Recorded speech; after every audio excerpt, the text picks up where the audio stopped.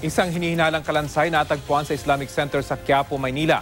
May ulat on the spot si Manny Vargas ng Super Radio DZBB. Manny?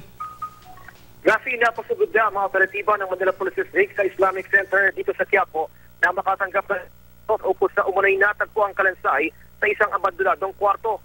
Ayon kay Senior Inspector Neil De Castro, ang hepe ng MPD Homicide, nakabaon sa hukay sa ilalim ng hagdanan na natatakpan ng semento ang nakitang puto ng hinihinalang tao.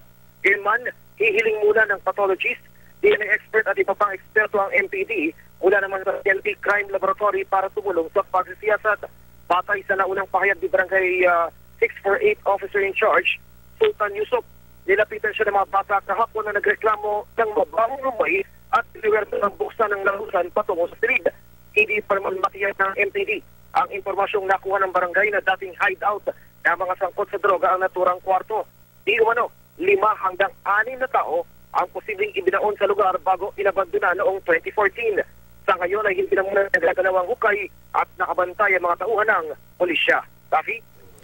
Maraming salamat, Manny Vargas ng Super Radio DZBB.